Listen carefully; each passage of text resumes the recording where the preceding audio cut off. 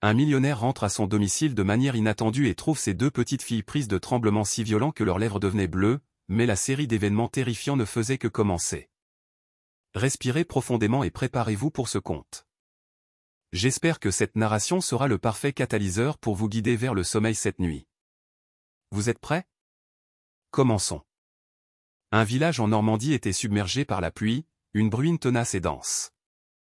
Elle tombait sans interruption depuis la nuit précédente, détrempant les marches de pierre froide menant à la grande maison de campagne des Dubois. La lumière diaphane du petit matin transperçait à peine la brume opaque, se reflétant d'un éclat mat sur la surface calme du lac de la forêt. L'immense demeure de 800 mètres carrés se tenait silencieuse, comme si elle absorbait chaque bruit de la campagne environnante. Nicolas Dubois était posté devant la fenêtre du salon. La lueur blafarde du luminaire au plafond éclairait son visage, accentuant la pâleur de son teint fatigué. Dans sa main, une tasse de café avait eu le temps de refroidir, et l'atmosphère humide était encore imprégnée de l'odeur du plancher mouillé. Voilà 3 ans, depuis le décès brutal de Sandrine, sa femme, emportée par une crise cardiaque, qu'il n'avait pas connu de matinée véritablement sereine. Il n'y avait plus que le son de la pluie et un vide insondable dans son cœur. De l'escalier montèrent des bruits de pas discrets. Manon Garnier fit son apparition, ses cheveux châtains élégamment relevés, un déshabillé de soie crème noué à la perfection autour de sa taille. « Déjà debout, mon amour » s'enquit-elle d'une voix caressante. Nicolas ne se retourna pas, se contentant d'un léger hochement de tête. « C'est la pluie, elle m'empêche de dormir. » Manon s'approcha doucement, posant une main sur son épaule. « Il faut que tu apprennes à apaiser ton esprit. Je m'occupe de tout. » Nicolas répondit d'une voix sourde, « Je sais. » De la chambre d'accent grave côté parvint un gémissement fragile, celui de Léa ou de Zoé.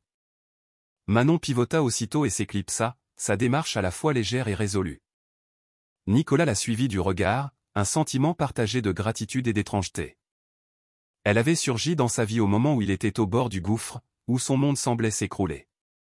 Elle avait affirmé vouloir simplement l'aider à se reconstruire, à offrir de nouveau un foyer aimant à ses 2 fillettes. Et il l'avait cru.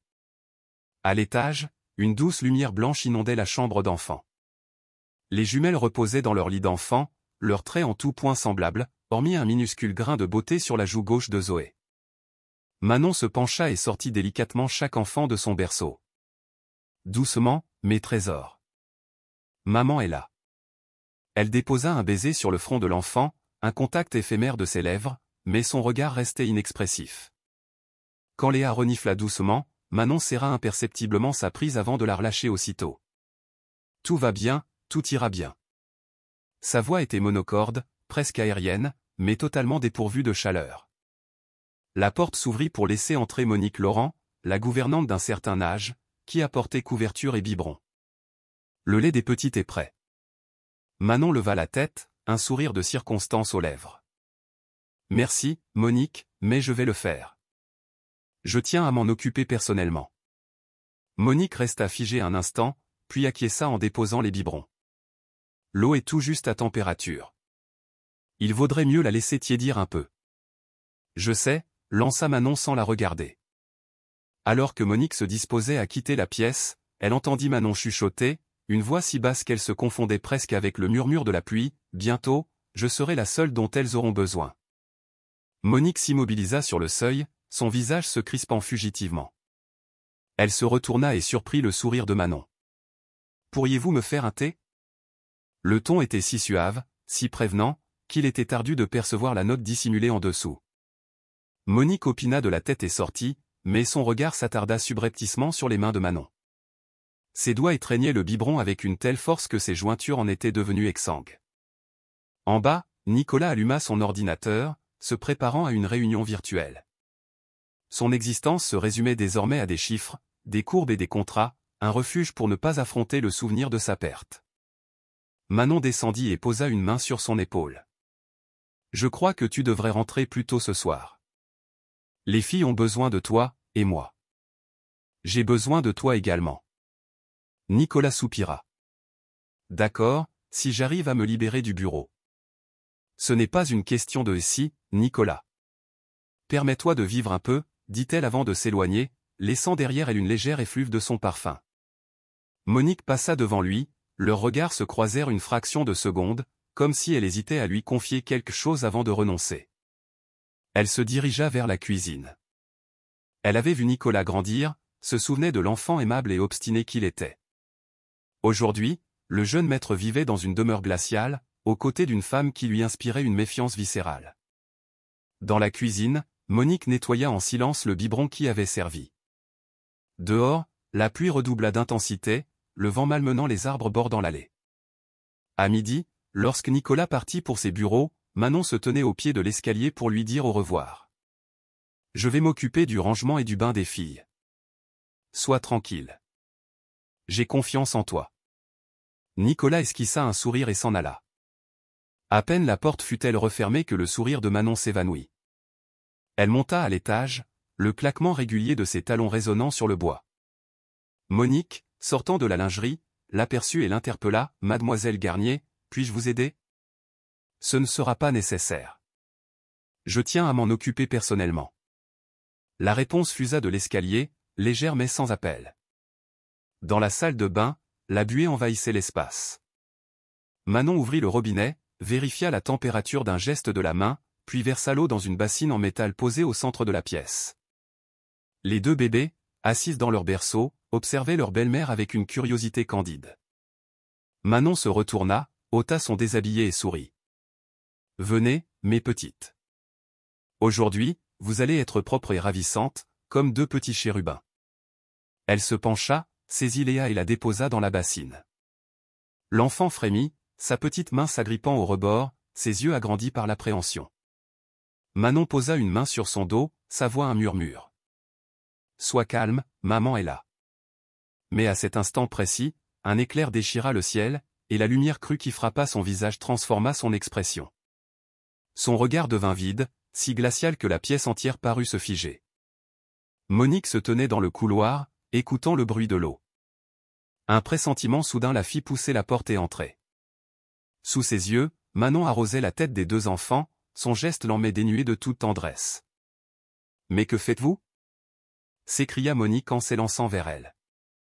Manon se retourna, son sourire imperturbable. « Je leur donne leur bain, cela ne se voit pas ?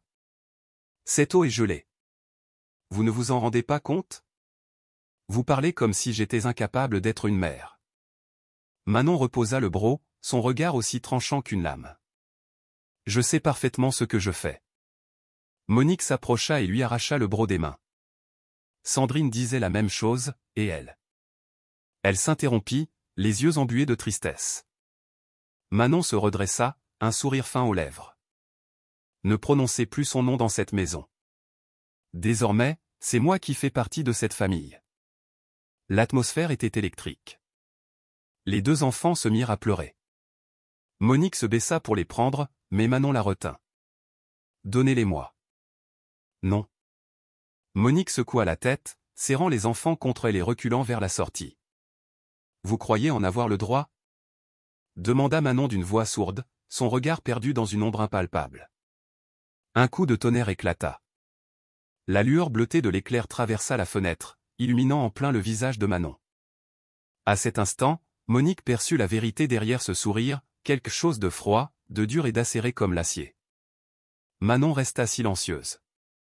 Elle demeura immobile, la main toujours posée sur le rebord de la bassine, les yeux rivés sur les enfants en larmes, réfugiés dans les bras de Monique.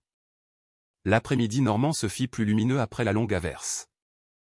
Les nuages restaient denses, mais une lumière timide parvenait à percer, se reflétant sur l'herbe encore perlée de gouttes.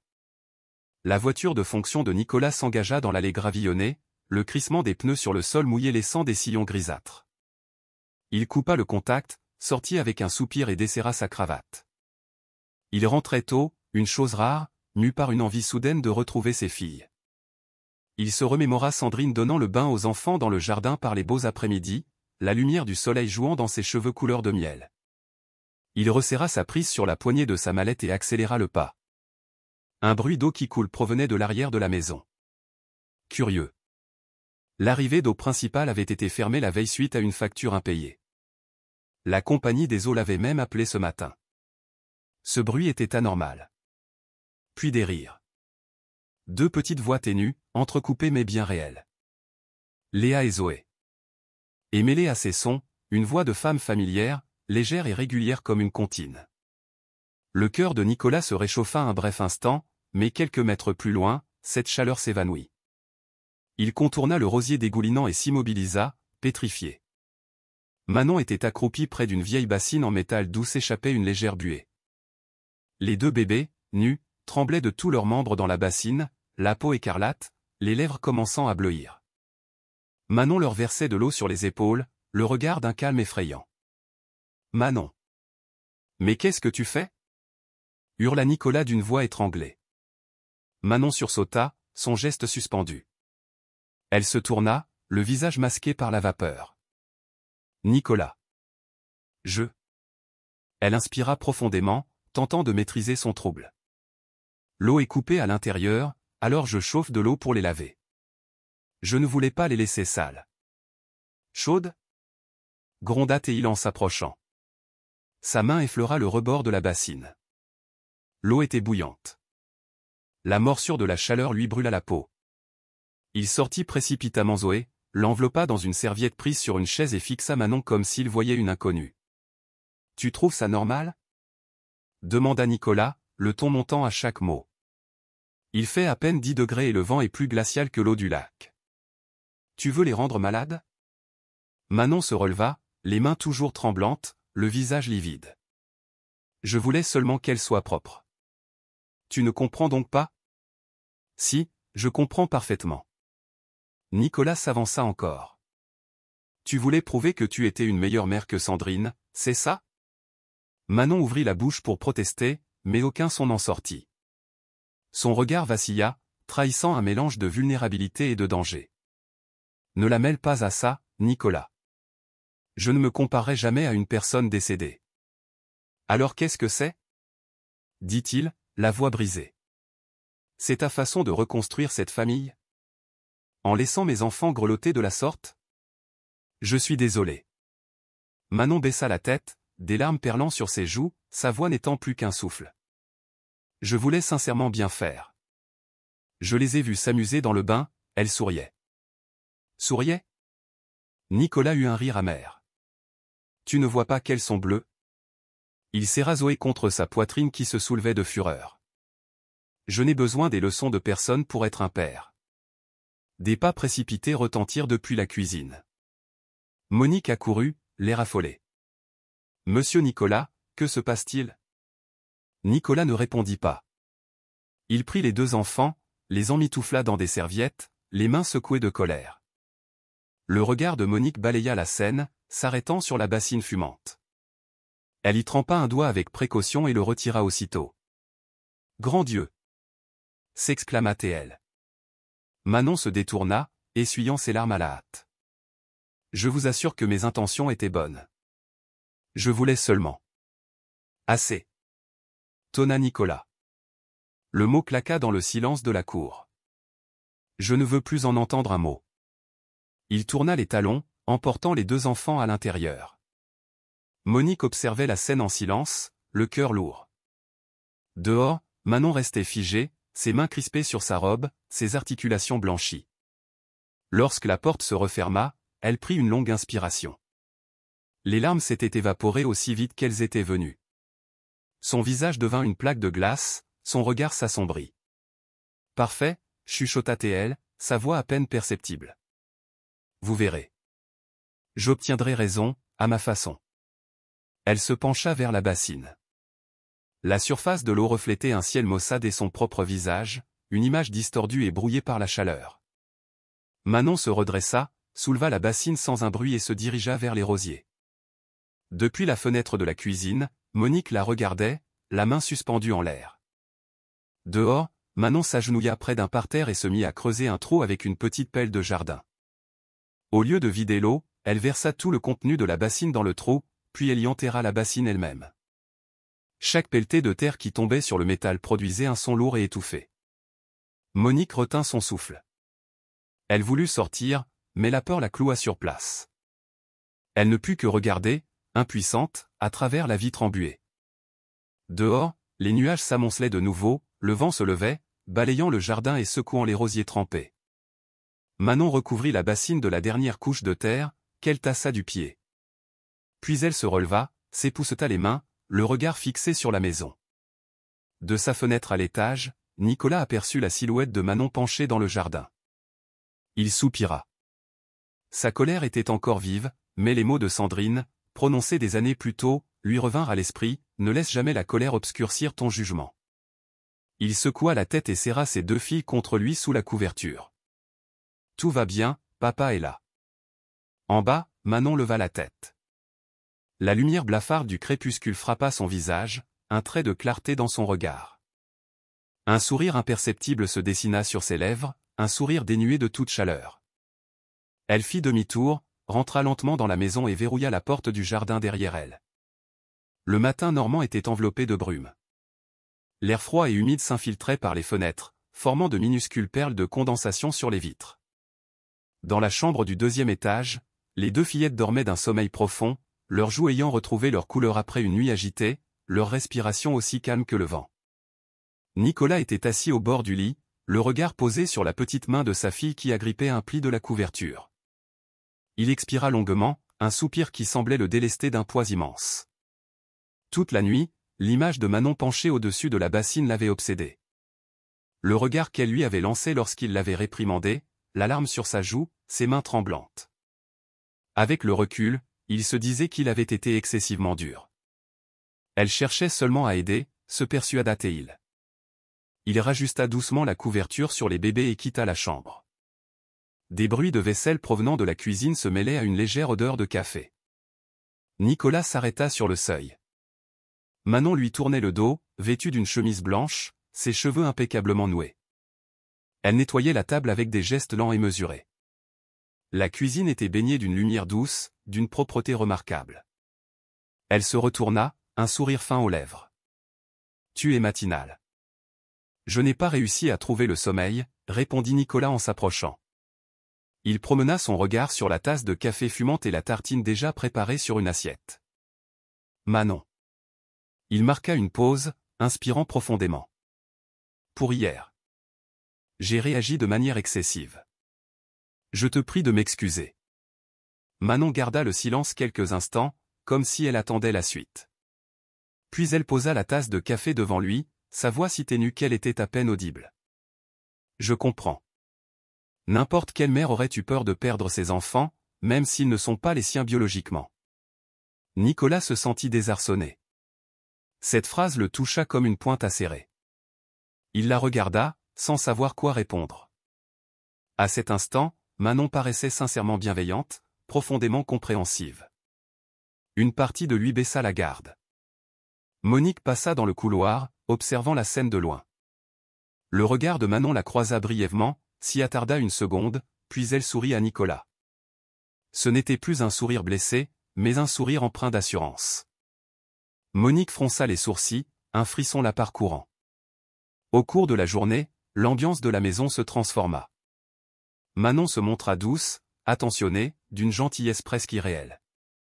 Elle chantait aux bébés d'étranges berceuses, douces et monotones, et leur lisait des histoires d'une voix mielleuse. Léa et Zoé souriaient plus souvent, leur regard semblait moins craintif. Nicolas, passant devant son bureau, s'arrêta dans l'encadrement de la porte. Il contempla la scène, le cœur apaisé. Et s'il s'était trompé? Il entra et posa une main légère sur l'épaule de Manon. « Tu te donnes tant de mal. »« Merci. » Elle leva les yeux, son sourire était doux, mais pas tout à fait joyeux. « C'est mon devoir. Je veux seulement que nous formions une vraie famille. » L'après-midi, elle concocta un dîner somptueux, bœuf bourguignon, purée de pommes de terre, soupe au potiron, tous les plats qu'il préférait. Lorsque Monique apporta les plats, Manon lui dit à voix basse, « Vous pouvez disposer pour la soirée. Je m'occuperai de la vaisselle. » Sa voix était douce, mais son regard ne laissait à Monique aucune possibilité de refuser. Après le dîner, Nicolas lisait le journal dans le salon. Manon lui apporta une épaisse liasse de documents qu'elle posa délicatement devant lui. « J'ai quelques idées, pourrais-tu y jeter un œil ?» Nicolas s'en saisit, son regard parcourant rapidement l'écriture soignée. Plan de garde d'enfants, menu diététique, projet de collecte de fonds pour les familles monoparentales. Il releva la tête, son regard sur Manon avait changé. « Tu penses à tout avec une telle précision. Manon s'assit à ses côtés, un sourire éphémère aux lèvres. Je veux seulement que nous soyons une famille parfaite, Nicolas. Un lieu où les petites pourront s'épanouir, sans manquer de rien. Il acquiesça, sa voix s'adoucissant. Je t'en suis reconnaissant. Tu penses toujours aux enfants. Je devrais peut-être te faire davantage confiance. Je n'ai pas besoin de ta confiance, répondit-elle doucement, une lueur indéfinissable dans son regard. J'ai juste besoin que tu constates par toi-même. Monique passa et entendit la fin de la phrase. Elle s'arrêta. Son regard se porta sur la table basse où la liasse de papier était ouverte. Une petite note était visible dans le coin d'une page, personnel de maison. Proposition de réduction des effectifs pour optimisation budgétaire, gouvernante, jardinier, gardien. Elle recula à pas de loup, le cœur serré.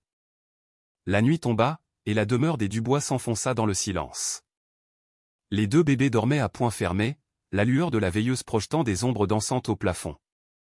Nicolas était étendu dans son bureau, les yeux clos par la fatigue. De l'autre côté du couloir, Manon était assise devant son ordinateur, la lumière de l'écran se reflétant sur sa joue. Elle acheva de taper un email, phase inachevée. Il est convaincu. Le curseur clignota quelques secondes, puis elle cliqua sur « Envoyer ». Un léger son de notification se fit entendre dans le silence. Manon referma son ordinateur, s'adossa à son fauteuil, un sourire lent s'étirant sur ses lèvres. Dehors, le vent agitait les rosiers. Sous la terre humide, au fond du jardin, la bassine en métal reposait, immobile, silencieuse, glaciale, témoin ignoré d'une première et terrible manipulation. De l'étage monta le cri étouffé d'un enfant. Manon ouvrit les yeux, tendit l'oreille un instant, puis se leva. Un rare rayon de soleil de début d'été baignait la grande maison. La sonnette retentit, son écho se propageant dans la cour ensoleillée et l'air immobile. La porte s'ouvrit sur une jeune femme qui attendait sur le perron. Chloé Martin, 23 ans. Son manteau beige était couvert de la poussière du voyage, ses cheveux légèrement ébouriffés par le vent, mais son regard était vif et résolu. Elle tenait un vieux sac en toile aux lanières fatiguées. Nicolas descendit l'escalier, une tasse de café fumant à la main. La présence d'une inconnue le surprit. « Excusez-moi, qui êtes-vous » Manon apparut juste derrière lui, ses gestes lents, son sourire vaporeux. « Ah, Chloé Martin. » Elle remplace Monique. Je lui ai demandé de venir ce matin. Nicolas fronça les sourcils, une pointe d'étonnement dans la voix. Je croyais que Monique restait jusqu'à la fin de la semaine. Manon lui prit la main, sa voix basse et apaisante. Elle souhaitait partir plus tôt. Elle s'est occupée des bébés pendant un mois, je crois qu'elle était épuisée. Chloé a de l'expérience en crèche et un diplôme d'auxiliaire de puériculture. C'est un excellent choix. Chloé inclina la tête, les mains jointes. Je vous remercie de votre confiance, monsieur Dubois. Sa voix était douce, posée, teintée d'une légère nervosité. Nicolas hocha la tête, poli mais toujours un peu méfiant. Du haut de l'escalier, Monique descendit lentement, traînant une petite valise. Son regard croisa celui de Chloé et s'y attarda. Elles s'observèrent quelques secondes, un échange silencieux semblant passer entre elles. En arrivant à sa hauteur, Monique murmura, juste assez fort pour que Chloé l'entende, « Faites attention à elle. » Puis elle tourna les talons et partit sans un regard en arrière. Manon la suivit des yeux, un sourire narquois aux lèvres. Elle est d'une autre époque, elle n'aime pas le changement. N'y prêtez pas attention. Chloé se contenta d'un léger signe de tête. Elle suivit Manon à l'intérieur, son regard balayant discrètement les lieux. La vaste demeure, les parquets lustrés, une propreté si méticuleuse qu'elle en devenait aseptisée. Le lendemain matin, le ciel était d'un bleu limpide, une rareté en Normandie. Chloé s'attela à ses premières tâches, la lessive, le petit déjeuner, le rangement de la chambre des enfants. Elle s'acquittait de tout avec soin, parlant peu, mais offrant toujours un sourire aux deux bébés.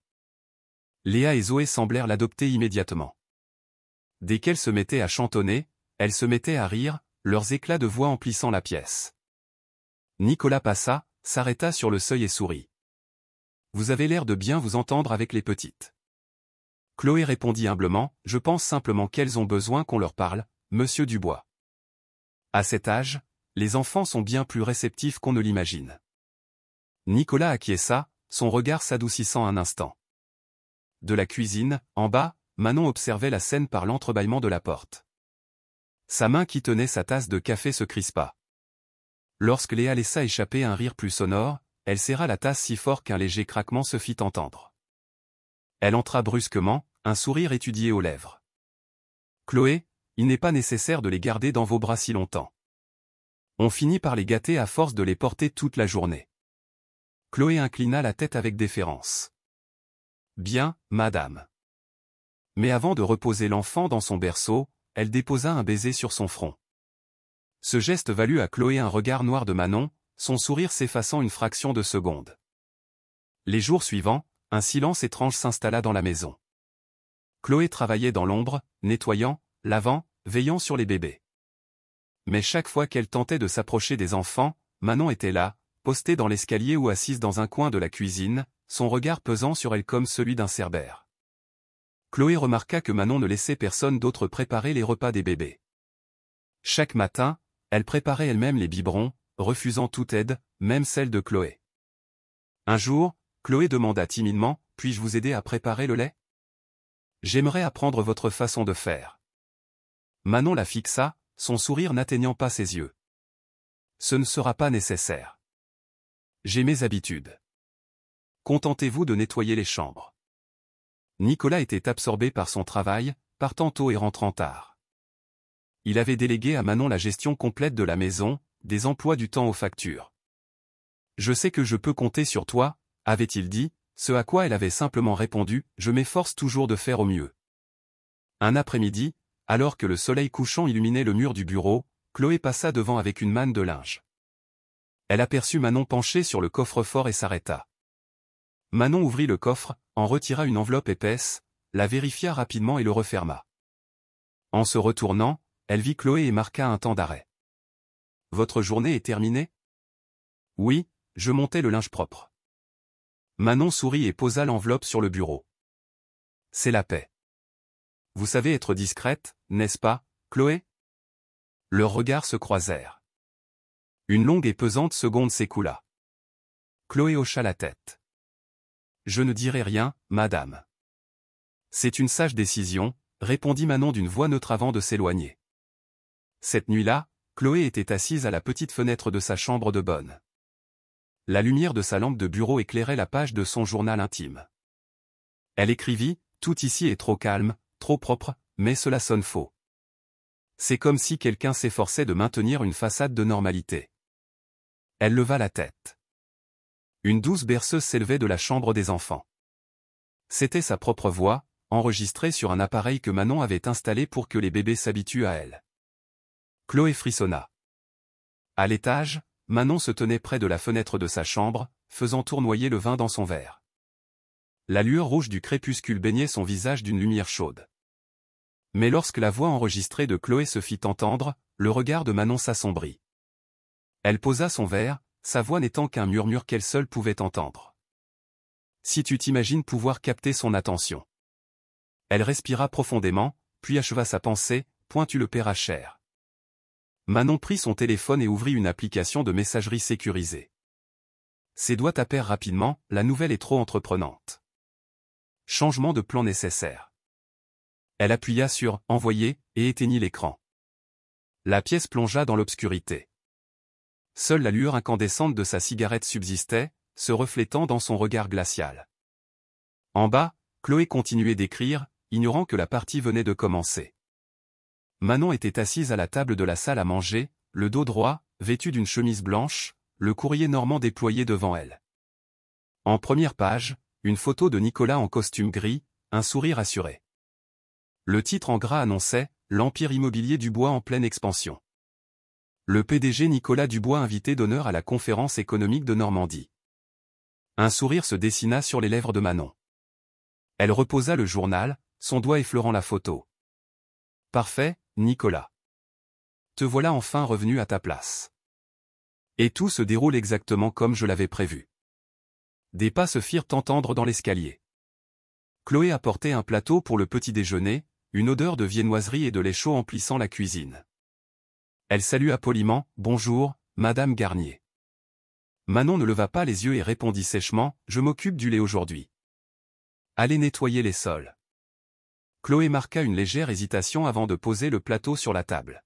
« Bien, madame. » Elle tourna les talons et se dirigea vers le couloir, mais juste avant de disparaître, son regard se glissa par l'entrebâillement de la porte. Manon ouvrit un placard en hauteur et en sortit un petit flacon en verre à l'étiquette arrachée. Elle l'agita doucement, écoutant le clapotis du liquide, puis le pencha, versant quelques gouttes transparentes dans le biberon. Chaque goutte se dissolvait instantanément, sans laisser la moindre trace. Chloé déglutit avec difficulté.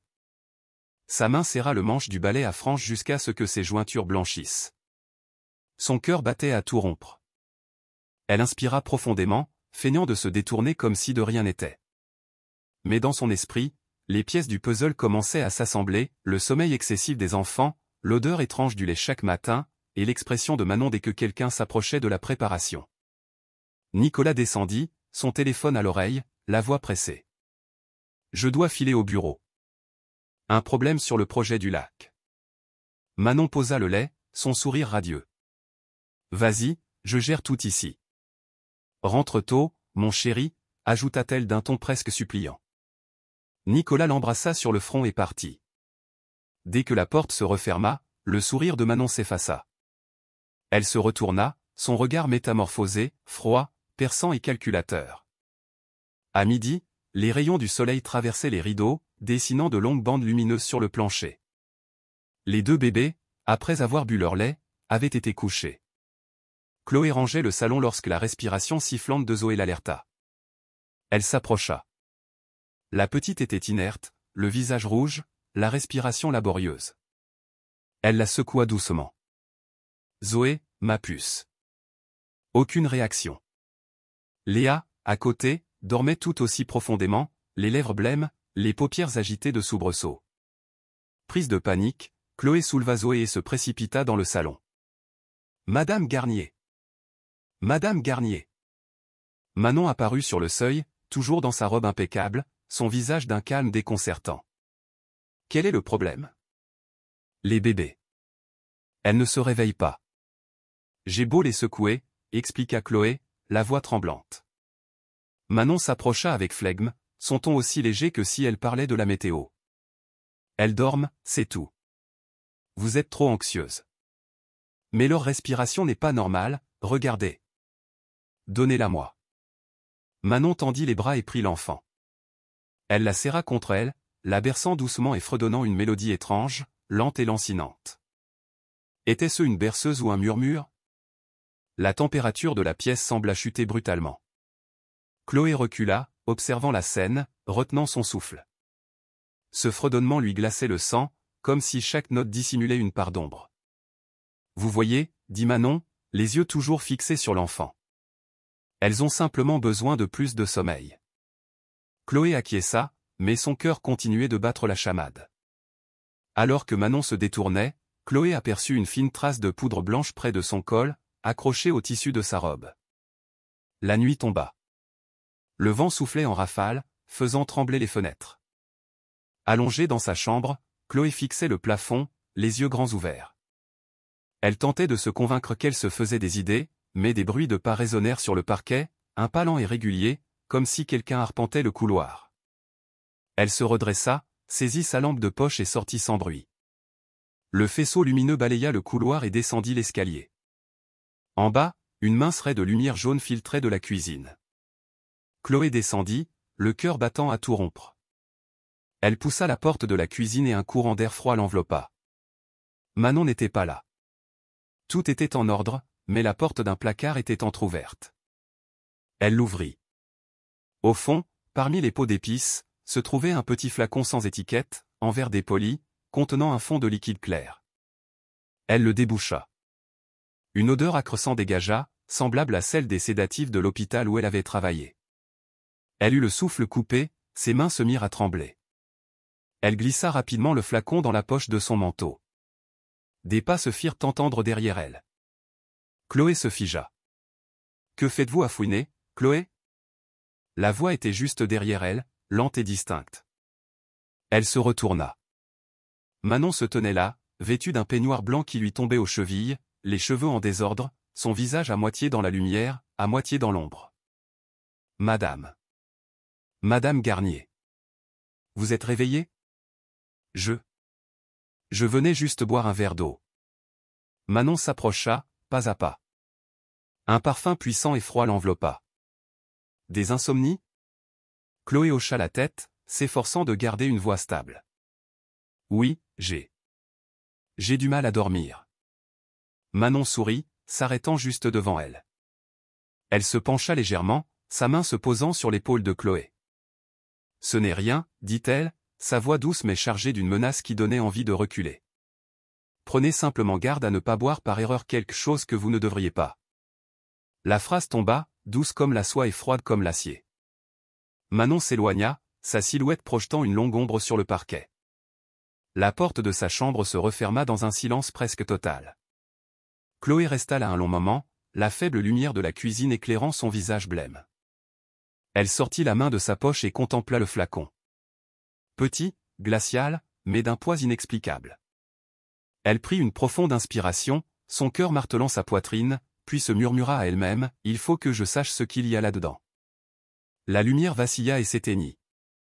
La cuisine fut plongée dans l'obscurité. Chloé resta immobile, n'entendant que le bruit du vent, sa main tremblante agrippée au flacon. Le lendemain matin, l'air était vif mais chargé de mélancolie. Une fine brume recouvrait la Normandie, une humidité s'élevant du lac de la forêt comme un voile de fumée froide. Une lumière solaire anémique filtrait à travers les arbres, éclairant la petite fenêtre où Chloé était recroquevillée, les yeux rivés sur le flacon de verre. Elle n'avait pas fermé l'œil de la nuit. Chaque fois qu'elle essayait, le visage de Manon sous la lumière jaune lui revenait en mémoire, sa voix basse comme une lame effleurant sa peau. Chloé serra le flacon, la sensation de froid lui parcourant l'échine. Elle devait savoir. Elle enfila son manteau, dissimula le flacon dans sa poche et quitta la maison avant l'aube. L'air frais du matin l'aida à y voir plus clair. La pharmacie du village venait d'ouvrir, sa vitrine projetant une faible lueur jaune. Le vieux pharmacien leva la tête à son entrée, sa voix éraillée. « Que puis-je pour vous ?» Chloé posa le flacon sur le comptoir, sa voix faible mais résolue. « Pourriez-vous me dire ce que c'est ? Je l'ai trouvé chez mon employeur. » L'homme chaussa ses lunettes, examina le flacon à la lumière et fronça les sourcils. « C'est du diazépam, dit-il lentement. Un sédatif très puissant. À ne jamais administrer à des nourrissons. Même chez un adulte, un surdosage peut entraîner une détresse respiratoire. » La poitrine de Chloé se contracta. Elle déglutit. Alors, si un enfant en recevait une petite dose chaque jour, quelles seraient les conséquences? Il s'affaiblirait, dormirait énormément, ses réflexes diminueraient. Son développement en serait affecté. Il marqua une pause, le regard grave. « Où avez-vous trouvé cela ?» Chloé serra la poche de son manteau. « Dans un endroit que je ne peux pas nommer. »« Pas pour l'instant. » Le pharmacien la regarda s'enfuir et marmonna, « Cette jeune fille court au-devant du danger. » Lorsque Chloé revint à la maison, le soleil était haut dans le ciel, sa lumière dorée inondant le couloir. Dans le salon, Nicolas ajustait sa cravate, se préparant pour le discours le plus important de sa carrière. « Monsieur Dubois !» s'écria Chloé en accourant. « Il faut que je vous parle. C'est capital. » Nicolas se retourna, surpris. De quoi s'agit-il? Mais avant qu'elle ne puisse répondre, Manon surgit de la cuisine, vêtue d'une robe bleu marine qui épousait ses formes, son sourire éclatant. « Nicolas, laisse-moi m'occuper de Chloé. Elle a l'air épuisée, elle n'est sans doute pas habituée à nos horaires. »« Non, je... » tenta Chloé, mais Nicolas leva la main, les yeux fixés sur sa montre. « Je suis en retard, Chloé. Nous parlerons plus tard. » Elle le regarda s'éloigner, la voiture noire quittant l'allée dans un nuage de fumée.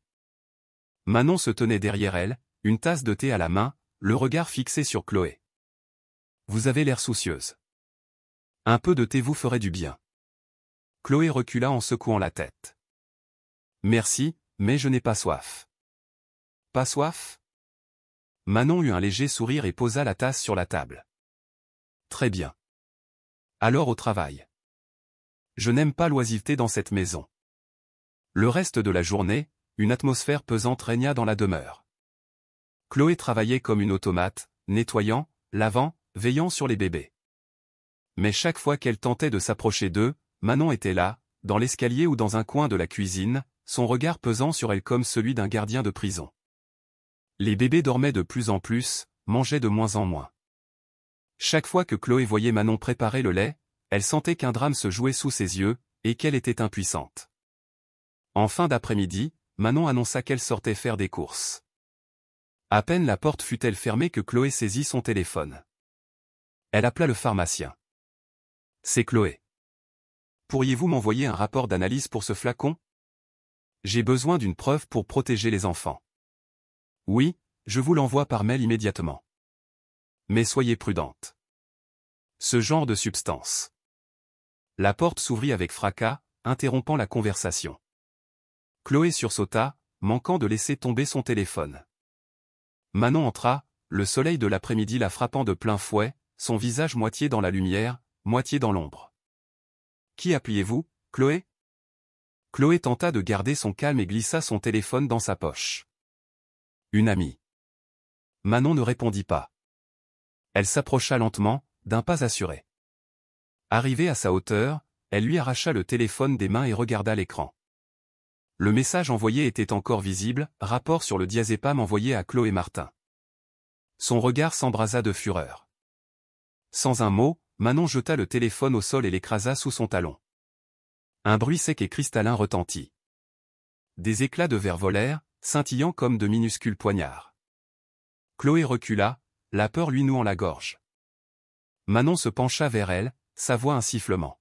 « Écoutez-moi bien. N'essayez plus jamais de lui faire peur. Ne vous mêlez pas de ceux qui ne vous regardent pas. Si vous touchez à mon bonheur. » Elle releva la tête, son visage si près de celui de Chloé que celle-ci pouvait voir les fines veines bleues sur son cou. « Je vous ferai disparaître avant même qu'on ait eu le temps de se souvenir de votre nom. » Ayant dit cela, Manon se redressa, rajusta son col comme si de rien n'était, et tourna les talons. La porte claqua, laissant un écho lourd. Chloé tomba à genoux, ramassant les débris de son téléphone. Son doigt glissa sur un éclat de verre et se coupa. Le sang perla. Elle serra le poing, la respiration haletante, des larmes coulant sur le parquet lustré. Une goutte de sang tomba et s'étala sur le bois. Elle la fixa, une minuscule tache rouge dans la lumière froide, et murmura « Non. Je ne renoncerai pas. » Dehors, le soleil se couchait sur le lac de la forêt. À l'intérieur, Manon se tenait à la fenêtre du deuxième étage, contemplant le jardin. Le vent soulevait doucement les rideaux. Les derniers rayons du soleil illuminaient le faible sourire sur ses lèvres. La nuit normande était silencieuse, d'épais nuages masquant presque entièrement la lune. Les lampadaires se reflétaient sur les flaques d'eau devant le portail de la maison des Dubois. La voiture noire s'engagea dans l'allée, le bruit du moteur s'éteignant peu à peu, remplacé par le léger bourdonnement du métal qui refroidissait. Nicolas sortit en ajustant sa cravate. Son discours avait été un triomphe, acclamé par la presse. Pourtant, au lieu de la fierté, il ressentait un poids inexplicable, une vague intuition que quelque chose clochait à la maison. Il entra. Le bruit de la porte se refermant eut une résonance sèche. La maison était plongée dans une obscurité inhabituelle, seule une faible lueur provenait de la cuisine. Il appela « Manon ?»« Chloé ?» Pas de réponse. Rien que le tic-tac de l'horloge et le sifflement du vent s'engouffrant par les interstices. En arrivant au milieu de la cuisine, il s'arrêta net. Sur le parquet brillant, une petite tache de sang. Sèche, sombre, une goutte à la forme irrégulière. Il se pencha, l'effleura du bout du doigt. Du vrai sang. Un frisson glacial lui parcourut l'échine. Il appela de nouveau, plus fort, « Chloé, où es-tu » Un bruit étouffé parvint du cellier adjacent à la cuisine. Il ouvrit la porte. La faible lumière révéla la petite pièce. Chloé était assise par terre, la main enveloppée à la hâte dans des mouchoirs en papier doux perlés du sang. À côté d'elle, son téléphone en morceaux, les éclats de verre jonchant le sol. Nicolas se précipita. « Mon Dieu, que s'est-il passé ?» Chloé dissimula sa main, le regard baissé. « Rien, monsieur. J'ai fait tomber un verre, je me suis légèrement coupé. » Nicolas regarda autour de lui. Pas de verre. Des fragments de téléphone et quelques éraflures sur le sol. Il fronça les sourcils, mais avant qu'il ne puisse en demander plus, la voix de Manon s'éleva derrière lui, douce et mielleuse. « Chérie, ne t'en fais pas. » Elle a fait tomber les biberons, et ensuite elle m'a accusé de l'avoir grondé. Nicolas se retourna. Manon se tenait sur le seuil, ses cheveux dénoués, la lumière sculptant son visage d'une manière qui lui donnait l'air d'un ange innocent. Mais son regard était aussi perçant qu'une aiguille. « Qu'as-tu dit ?» demanda lentement Nicolas. Elle a été maladroite, elle a cassé les biberons. Je l'ai un peu réprimandée, et elle s'est mise à pleurer, a glissé et a fait tomber son téléphone. Nicolas se tourna vers Chloé. Elle baissa la tête, sa voix un murmure. Non. Ce n'est pas la vérité, monsieur. Je n'ai pas dit qu'elle. Tu oses me contredire ? Manon s'avança, sa voix perdant de sa douceur. Je te l'ai dit dès le début, dans cette maison, l'ordre doit régner. Nicolas leva la main. Assez. Manon, ne hausse pas le ton. L'atmosphère se figea. Chloé le regarda, les yeux pleins de larmes, un mélange de peur et de désespoir. Je voulais juste parler à monsieur Dubois au sujet des bébés. Manon la devança, d'un ton faussement désinvolte. Tu sais, elle a même passé un coup de fil en secret cet après-midi. Je ne voulais pas en parler, mais on aurait dit qu'elle appelait une pharmacie. Nicolas se tourna brusquement vers Chloé. Est-ce vrai ? Chloé prit une inspiration tremblante. Oui. J'ai juste posé une question sur un médicament. Je l'ai trouvé ici, alors. De quoi parles-tu ? Nicolas plissa les yeux, la voix incrédule. Manon soupira et posa une main sur son épaule, son ton celui d'une mère parlant à un enfant. Tu vois, elle devient paranoïaque. Elle a prétendu que j'essayais d'empoisonner tes enfants. Elle a même appelé une pharmacie pour vérifier mes dires. Nicolas retira sa main et regarda Chloé. Son regard était un mélange de pitié et de lassitude. Il était à bout. Chloé. Je ne veux plus de problème. Va te reposer. On en reparlera demain. Chloé ouvrit la bouche, mais les mots restèrent bloqués dans sa gorge. Elle se contenta de le regarder, puis de regarder Manon, qui arborait un sourire subtil. Le sourire de la victoire. Nicolas quitta la pièce, son ombre disparaissant dans l'escalier. Le bruit de ses pas s'estompa. Les deux femmes restèrent seules. Manon resta immobile un instant, écoutant le tic-tac de l'horloge dans la cuisine vide. Puis elle se retourna vers Chloé, ses lèvres s'étirant lentement. Ne t'inquiète pas. Je veillerai à ce que tu te reposes. Pour de bon. Elle ouvrit un tiroir près de l'évier et en sortit un trousseau de clés. Son regard s'arrêta sur la plus petite, portant une étiquette à moitié effacée, cave. Elle la fit tournoyer entre ses doigts, un sourire fin aux lèvres. Dehors, le tonnerre gronda. Un éclair illumina la fenêtre, se reflétant dans les yeux de Manon, deux lueurs froides et métalliques.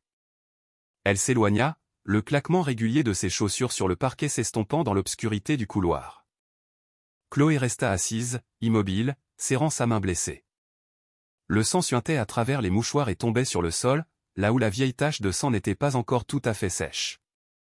Une rafale de vent venue du lac s'engouffra, faisant danser les rideaux. Et à cet instant, dans le froid qui s'infiltrait, Chloé eut une certitude, quelqu'un dans cette maison allait bientôt disparaître. La pluie battait les tuiles du toit, le vent s'engouffrait par les interstices des portes en un sifflement lugubre. Dans sa petite chambre à l'étage, Chloé était allongée sur le côté, les yeux clos mais l'esprit en alerte. Sa main bandée la lançait. Chaque fois qu'elle tentait de s'assoupir, l'image de Manon et de la clé de la cave lui revenait, son sourire se déformant dans la lueur des éclairs. Elle ouvrit les yeux, la respiration courte. Puis, dans le silence, un déclic. La porte du couloir s'ouvrit doucement. Des pas nus sur le parquet. Lents, rythmés, se dirigeant vers la chambre des enfants. Chloé retint son souffle. Elle se redressa, tendant l'oreille. Un courant d'air froid fit frissonner le rideau. Sous la porte de la nurserie, une raie de lumière jaune. Étrange. Elle était sûre d'avoir éteint après avoir couché les bébés. Son cœur s'emballa. Elle sortit sur la pointe des pieds. Chaque pas faisait grincer le plancher, la trahissant. En s'approchant, elle entendit un léger bruit, celui d'un bouchon que l'on dévisse. Chloé poussa la porte. Dans la pénombre, Manon se tenait près des berceaux, son ombre s'étirant sur le mur. Dans sa main, le petit flacon, ouvert, le liquide clair clapotant au fond. « Que fait-elle » murmura Chloé. Puis, sans réfléchir, elle se jeta en avant. Le bruit d'une chaise renversée, une collision violente résonna dans la maison. Le flacon tomba et se brisa, son contenu se répandant sur le sol. Manon poussa un cri strident.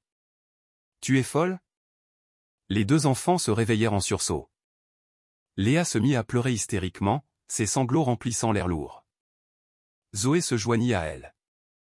Chloé serra les deux bébés contre elle, tremblante, et recula. « Qu'est-ce que vous alliez leur donner » Répondez. « Tais-toi. » Manon se jeta au sol, tentant de ramasser les débris. Un morceau de verre lui entailla la main. Le sang coula, tachant le sol de rouge. Les pleurs redoublèrent, et dans la chambre voisine, Nicolas se redressa d'un bond. Il se précipita dans le couloir et alluma la lumière. La lueur blanche inonda l'étage, révélant la scène de chaos. Manon était assise par terre, la main en sang, les cheveux en désordre, des larmes sur le visage. Chloé, agenouillée non loin, serrait les deux enfants tremblantes contre elle. « Que se passe-t-il » hurla presque Nicolas. Manon la pointa du doigt, la voix brisée. « Elle est folle. Elle a fait irruption pendant que j'essayais de calmer les bébés. » Chloé haleta, les larmes coulant sur ses joues. « Non. Elle allait leur donner ce médicament. Je l'ai vu. » Nicolas baissa les yeux vers le sol. Du verre brisé, un liquide incolore. Les deux enfants qui sanglotaient. Nicolas. Sanglota Manon, les larmes dévalant ses joues. Tu me crois, ou tu la crois, elle ? J'essayais seulement d'endormir tes enfants. Je les aime comme si c'étaient les miens, tu le sais. Et toi ? Il se tourna vers Chloé, la voix tendue. Tu as des preuves. Ce flacon, là. Dit Chloé en montrant le sol.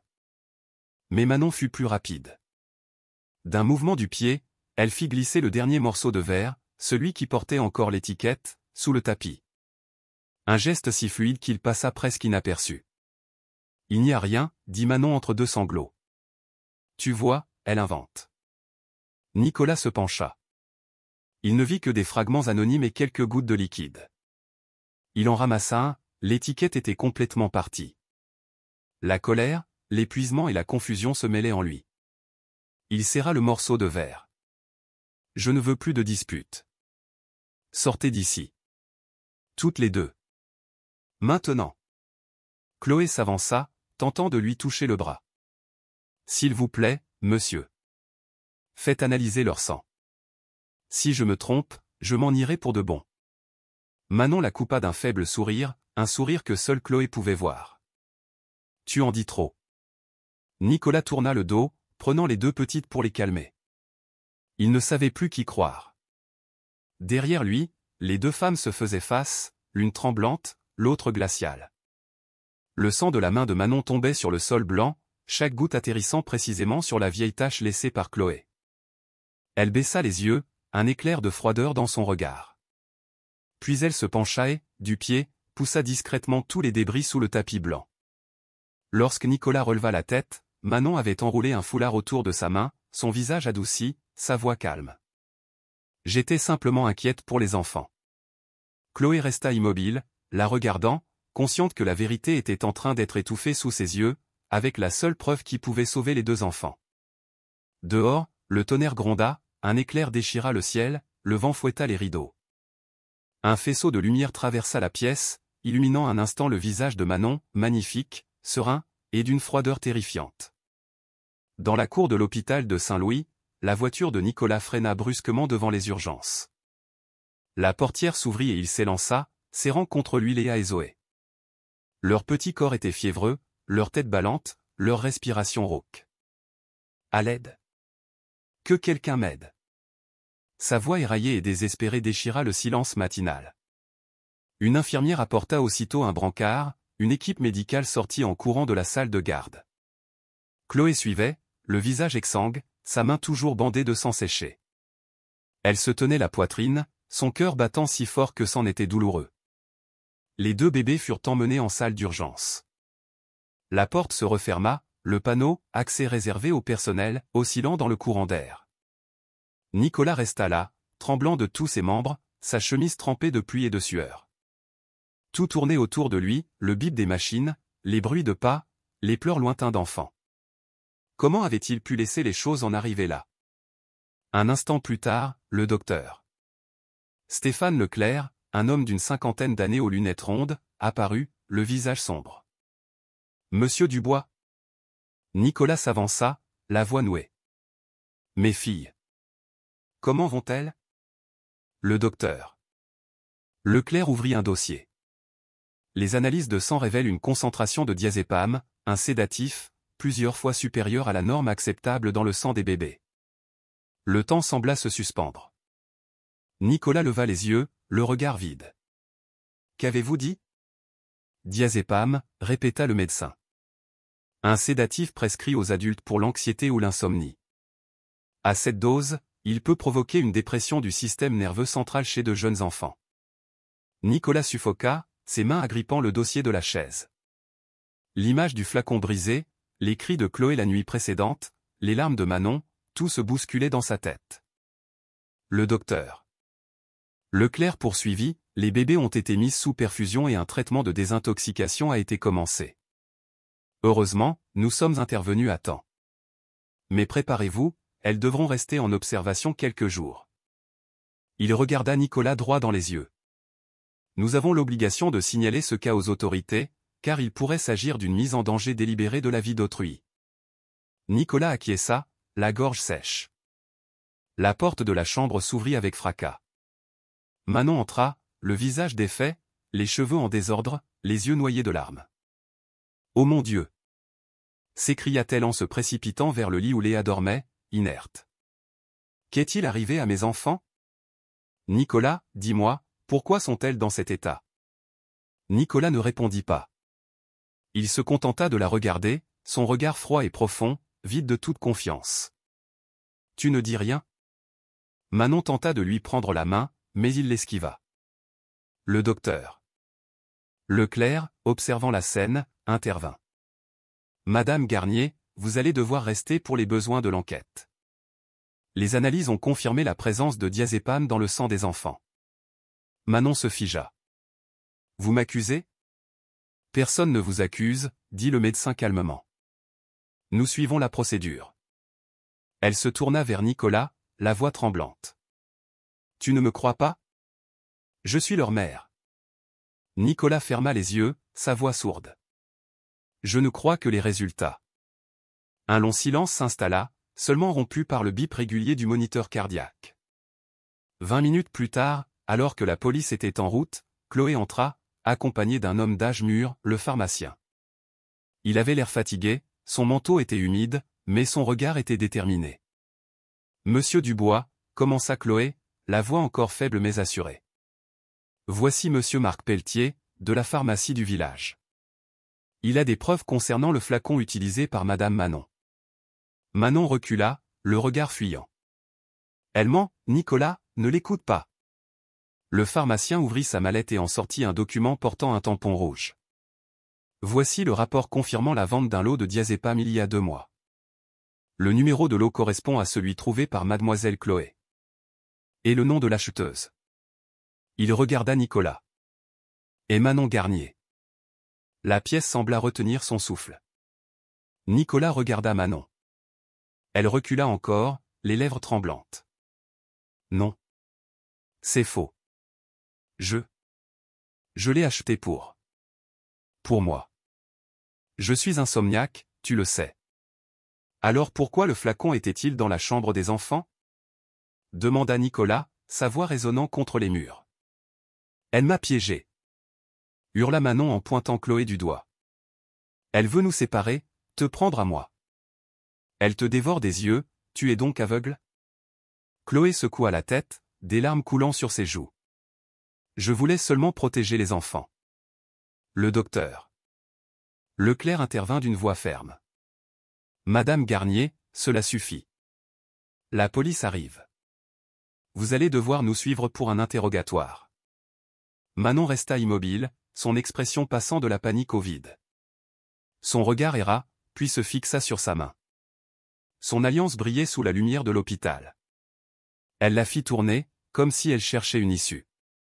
La porte s'ouvrit brusquement. Monique entra, essoufflée. Elle portait un vieux manteau, ses cheveux étaient trempés.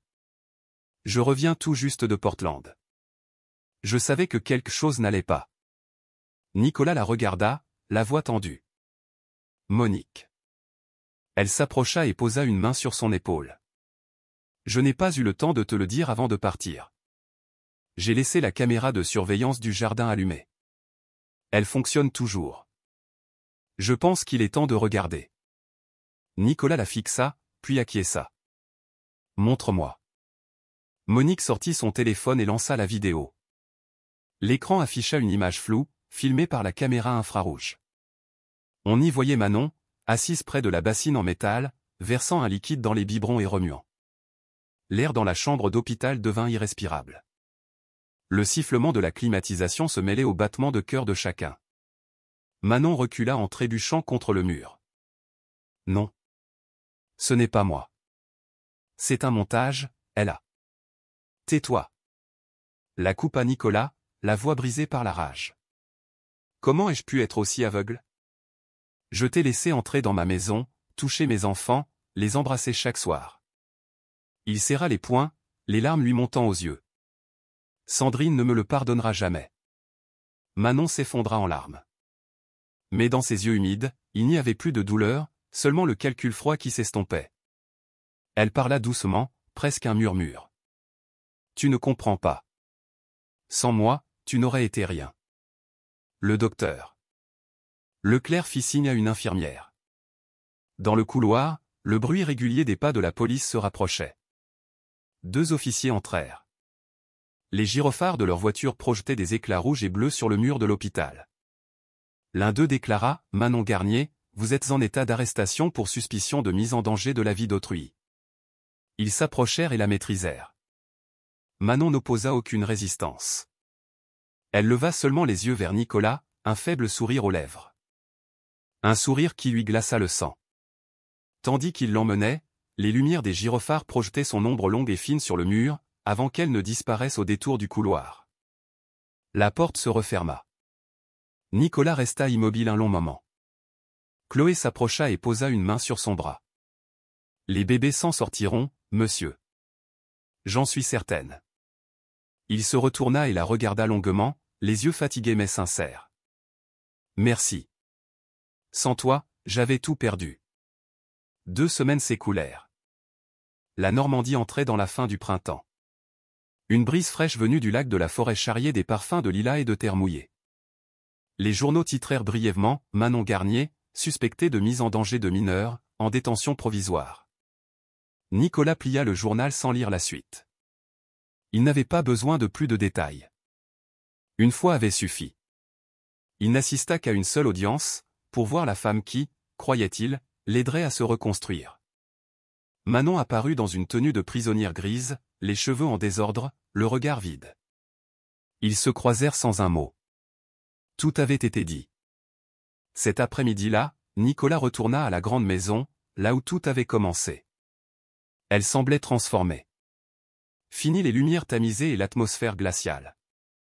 Les fenêtres brillaient, les rideaux avaient été changés, le perron était baigné de soleil. Mais en lui, un vide étrange persistait, comme s'il marchait sur les cendres de sa propre vie. Au loin, le rire cristallin de ses 2 filles résonna. Léa et Zoé jouaient dans le jardin. Chloé était assise près d'elle, les manches de sa chemise retroussées, les cheveux relevés. Le soleil scintillait sur l'eau de la bassine. La vieille bassine en métal que Nicolas avait voulu jeter, maintenant nettoyée par Chloé et servant à arroser les plantes. Il resta là un instant, à contempler la scène. Quelque chose en lui se détendit. Un mélange de soulagement et de tristesse. Puis il descendit, portant la même bassine, désormais éclatante. Je pense qu'elle a droit à une seconde vie, dit-il en la posant sur l'herbe. Chloé leva les yeux, son regard un mélange de surprise et de douceur. Je croyais que vous vouliez vous en débarrasser. Nicolas eut un faible sourire. C'était le cas. Mais on peut toujours donner une seconde chance aux choses, si on prend la peine de les nettoyer. Il baissa les yeux vers ses deux filles qui riaient au soleil, puis se tourna vers Chloé. La première fois que je t'ai vue, tu les protégeais. J'étais aveugle. Chloé se pencha et effleura la surface de l'eau. Le soleil se refléta sur sa main. Le passé peut être lavé, si on le veut bien, dit-elle doucement, sa voix comme une brise.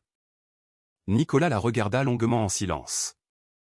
Son regard s'attarda sur la petite cicatrice sur sa main, là où le sang avait coulé cette nuit sombre. Il se souvenait de tout, de chaque goutte de sang, de chaque sanglot. Tout cela était derrière eux. Mais c'était aussi ce qui les avait sauvés, lui et ses filles, de l'abîme. Il parla d'une voix chaude et profonde. Chloé, merci. Pas seulement pour avoir sauvé mes enfants, mais pour m'avoir sauvé de moi-même. Elle baissa la tête, un lent sourire se dessinant sur ses lèvres. Vous ne me devez rien. Je n'ai fait que ce que n'importe qui aurait fait à ma place. Dans l'après-midi, Monique revint. Elle passa le portail, les larmes aux yeux en voyant les deux bébés courir vers elle. Nicolas la serra dans ses bras, son premier vrai sourire depuis la tragédie. La maison résonnait de nouveau de voix, embaumait les plats chauds et les rires des enfants. Ce soir-là, après le dîner, Monique monta coucher les petites. Nicolas sortit sur la terrasse. Une douce brise soufflait, chargée de l'odeur de l'herbe après la pluie. Chloé était près de la fenêtre, astiquant la dernière vitre. Le clair de lune éclairait son visage, doux, calme, mais encore marqué par les nuits blanches. Nicolas s'approcha, sa voix basse et douce. Tu sais, depuis que tu es là, cette maison a une âme. Avant, ce n'était qu'une coquille vide. Chloé s'arrêta et se tourna vers lui. Je n'ai fait que des petites choses. Ce sont les enfants qui illuminent cette maison. Nicolas la regarda droit dans les yeux et dit doucement mais fermement, la lumière ne jaillit pas de nulle part, Chloé. Elle vient de celui ou celle qui la porte en soi. Chloé baissa les yeux, souriant, son regard brillant sous la lune. Elle ne dit rien de plus, posa simplement sa main sur la sienne. À cet instant, tout était calme. Le passé, le traumatisme, les erreurs, tout était lavé, aussi pur que la surface de l'eau dans la bassine reflétant le clair de lune. Le lendemain matin, le ciel était clair. Le soleil inondait le jardin. Chloé posa la bassine en métal au milieu de la pelouse et la remplit d'eau tiède. Les deux bébés riaient, tapant dans l'eau et créant des ondulations. Nicolas s'assit à côté d'eux, remuant l'eau du bout des doigts. Avant, je détestais ce bruit, dit-il. Maintenant, il m'apaise. Chloé le regarda en souriant. C'est parce que maintenant, vous savez que cette eau est inoffensive. Elle purifie. Il acquiesça. Ils regardèrent les deux enfants jouer, les gouttes d'eau scintillant au soleil. La lumière se reflétait sur la bassine, sur leurs visages, chaude, vive et pleine de vie. Dans un coin du jardin, Monique observait la scène, soupirant de satisfaction. Elle se détourna, un sourire aux lèvres, sachant que cette maison, autrefois hantée par de sombres desseins, avait retrouvé son âme. En fin d'après-midi, alors que le soleil déclinait, Chloé rangeait les jouets et Nicolas réarrangeait les chaises sur la terrasse. Les deux bébés dormaient, leur respiration calme. La lumière de leur chambre filtrait, douce et jaune. Nicolas versa 2 tasses de thé et en tendit une à Chloé. « Je ne sais toujours pas comment te remercier, dit-il. »« Ne me remerciez pas, répondit-elle. Faites simplement en sorte que cette maison reste lumineuse, pour que les petites puissent y grandir en paix. » Nicolas la regarda longuement. Puis il dit doucement, « La lumière ne vient pas toute seule, Chloé. Elle vient de celui qui la porte. » Chloé baissa les yeux, souriant, ses yeux pétillants sous la lumière.